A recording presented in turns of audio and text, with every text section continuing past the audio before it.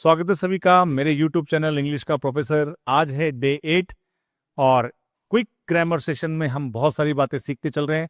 आज हम सीखेंगे छोटी सी बात लेकिन बहुत असरदार बात।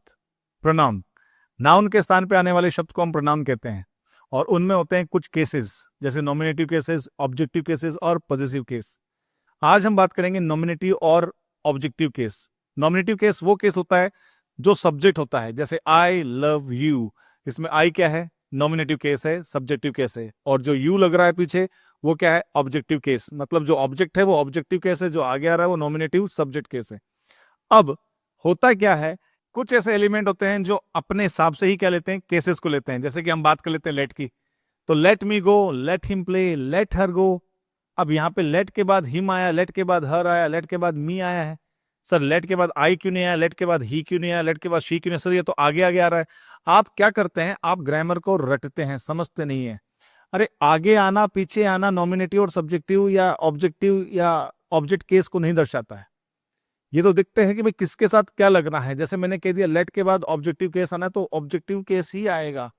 Late me go, let me fly, let me eat, let me drink, let me walk, तो मी आया। ऐसे ही क्या है, प्रेपोजिशन है।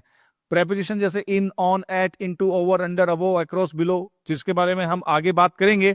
तो प्रेपोजिशन भी क्या रहता है? ऑब्जेक्टिव केस लेता है। जैसे डोंट लुक एट मी, तो लुक के बाद क्या आया? एट, और एट क्या है? प्रेपोजिशन, और उसके बाद क्या आया? मी।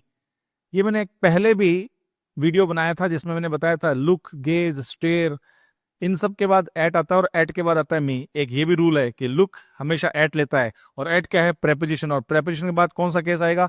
Objective case.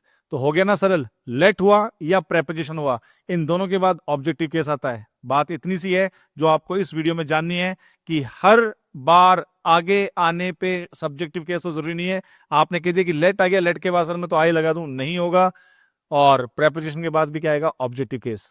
सो लेट और प्रेपोजिशन लेता है ऑब्जेक्टिव केस। क्लास यहीं चलेगी आपके फोन में, आपके प्रोफेसर के साथ। जय हिंद, जय भारत।